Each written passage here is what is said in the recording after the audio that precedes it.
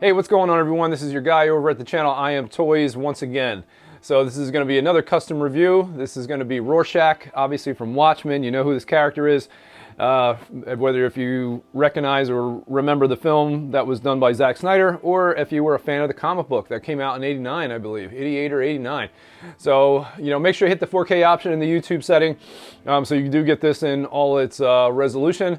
And I want to throw a big shout out to Michael, Darth Magnus, the Mag, one of the guys that was kind of got me into the custom hobby as well. You know, he was one of probably 3 or 4 people of videos that I initially had checked out, and I saw in social media, whether it was Instagram, Facebook, or just in YouTube, that kind of opened me up to customs. And this is an awesome figure that I was able to get from him. He recently let it go. Lots of stuff kind of rolled into this figure, and we'll talk about that.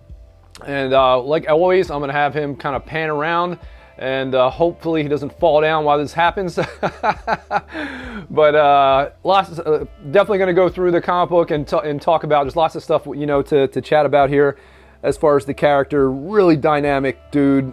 Lots of stuff behind this guy's psyche and that things that drive him as a character, man. Alan Moore really knocked it out of the park with this dude, and I really feel that Zack Snyder did a pretty good job at kind of capturing, you know, who this guy was. Jackie Earle Haley casted very well. So let me stop babbling. Let's get into the review. Start letting this guy rotate so you can see everything, and I will talk about the details as well. See you on the other side. So 360 views as promised, and this thing, man, as you can see, as it turns around, tailoring that goes on forever, man. Meaning it's fantastic. So details about the figure overall. So this was a Untitled clothing set. I believe from what Mike was telling me, and I may be botching up some of these details, so you know, if Mike watches this and he wants to correct it in the comments, it's not a problem. But I believe the Untitled set on the clothes, there was about a run of 30 from what I understand. So I think this was part of again a set that was organized by someone that goes by Short Round, I think Mike was saying, and he organized it. There was 30 sets, so I'm assuming 30 clothing sets, and then 30 heads that were pretty much done by this guy Alexander. He goes by Kane Productions, and he did the head sculpt, he did the hat, and I believe he did the gun as well. So that is that piece. Those are or at least that aspect of it. The journal that he's holding and the pencil, initially we thought maybe that was DS Lump, but Mike said it might have been actually by someone called Zamordi. I have no idea who that is. I don't know if he's still around the hobby, or this guy used to make accessories in the past, or if he's still around now. I didn't ask Mike that, but that is essentially the gist of kind of everything that's there. So the head sculpt is definitely different though. So quick details on the head. This was all redone. So what you're seeing from the head to the toe, just about, the jacket, everything was repainted and weathered by Jacob Ramier.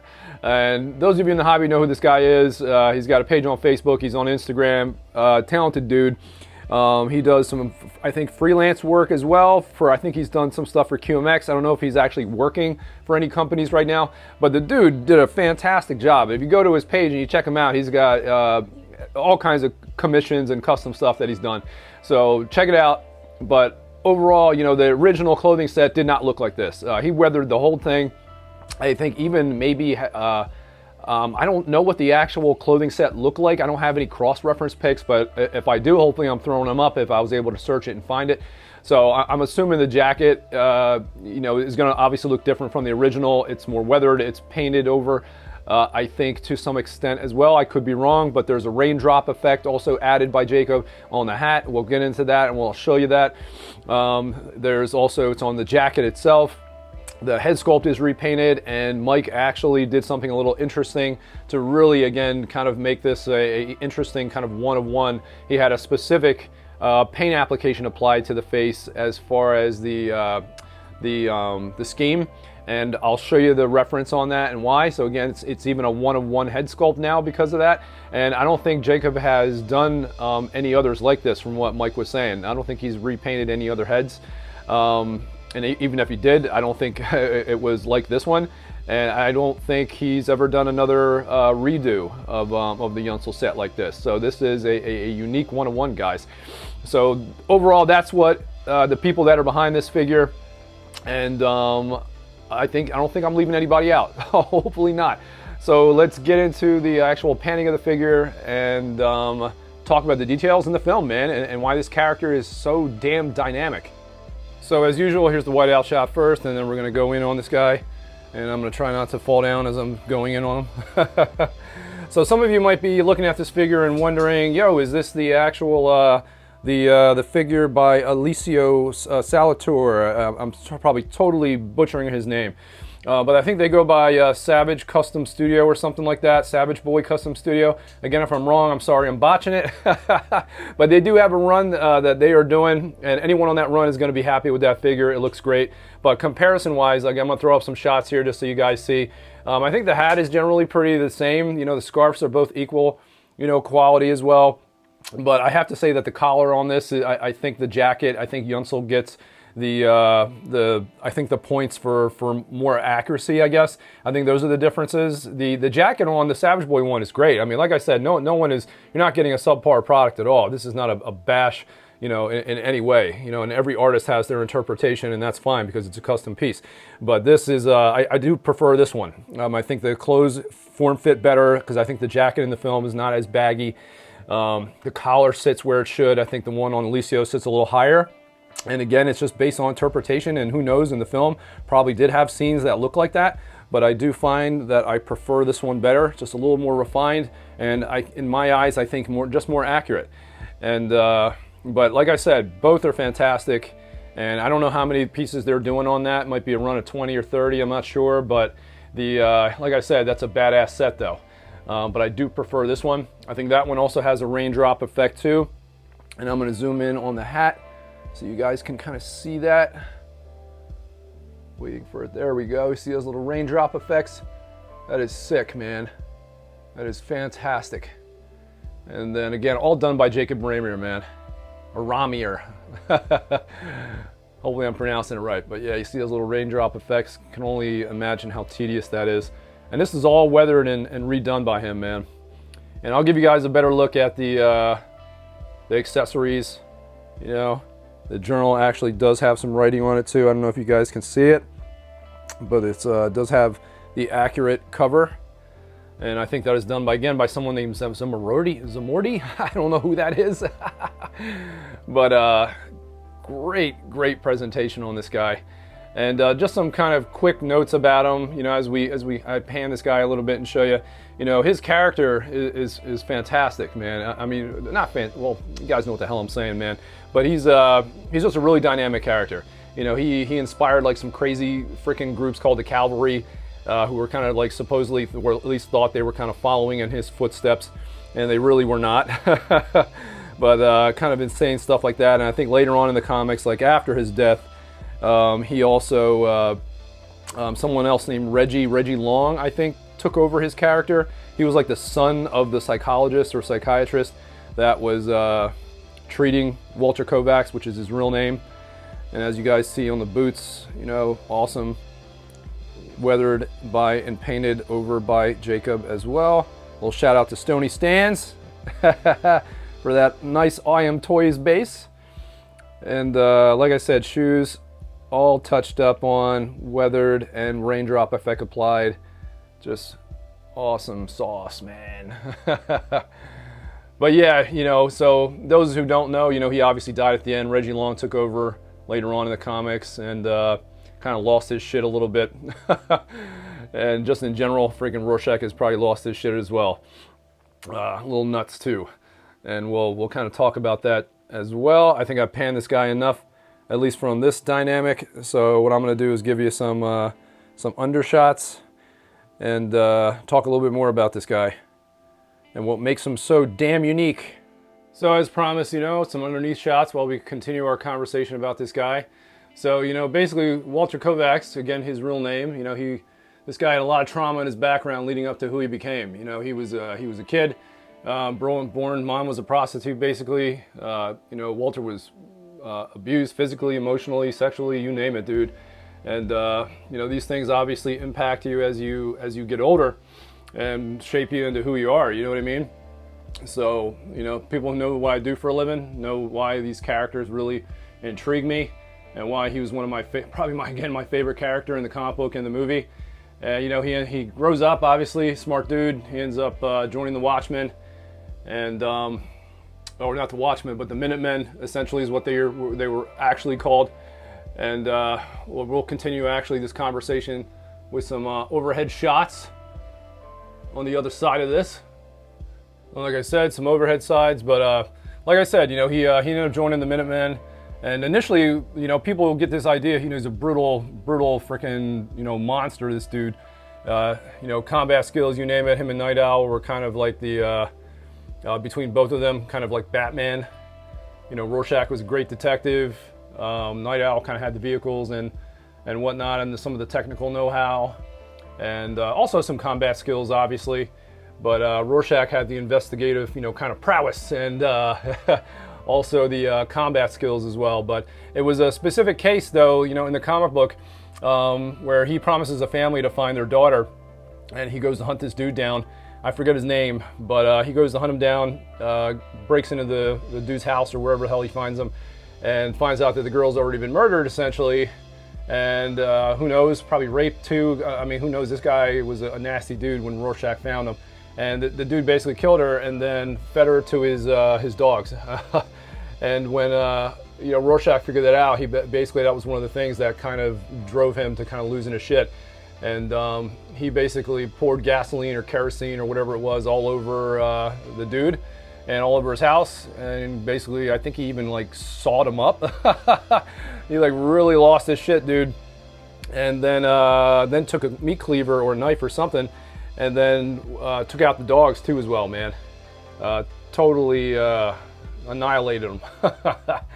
And then that's kind of where everything started for him, man. He was a brutal guy. Developed a very narrow kind of mindset as far as right and wrong, you know, very black and white, and contributes to kind of who he is in the film and what happens at the end. So I'm going to rotate this guy around again, and we'll talk a little bit more, show you the accessories, and of course, you know, blab about the film a little bit more too. And as this guy does turn around, I want to show you the accessories real fast. And hopefully the writing on there is coming through. And you can see it. Hopefully the pencil and shit's not covering it up. But it does actually have the journal writing on there, the numbers like it should. And then the gun as it turns around. I'm assuming this is multiple parts that were casted to recreate this. Alex really did a good job. You know, Kane. And just awesome sauce, man. And then as we look at the back too, you can see some of the weather, the rain drop effect. That was also done by Jacob to really kind of push this through. Just awesome stuff, man. So, like I was saying, you know, Rorschach, pivotal character, man. And the differences between the film, you know, Adrian was this guy was a genius. So, you know, in the comic, there was a nuclear war that was about to happen between Russia and the United States. You know, they were about to just destroy each other, which was potentially going to kill billions of people, and the world would have gone poof, right? So, you know, Adrian was like, you know, I'm going to exercise some utilitarian principles here and try to bring the country together, the world together. So they forget about wanting to kill each other. So in the comic, it was a squid. He ended up bioengineering like this crazy alien squid, dropped it on New York City, killed hundreds of thousands of people. And essentially the world got together. You know, it's an action, you know, basically utilitarianism for Vet was killing a whole bunch of people in order to save billions. You know, it brought the world together against a common enemy, which was, you know, the squid. And in New York City, I've always found that a little bit more unbelievable, I guess, because, you know, what the hell does Russia care about New York City? You know what I mean? But especially when they're about to fight each other, they're probably like, good, you know, drop a squid on them, right? But in the movie, you know, Adrian planted bombs, you know, all around the world and basically detonated them, killing probably hundreds of thousands, maybe even millions of people. And again, it was the action to get, you know, you kill some people.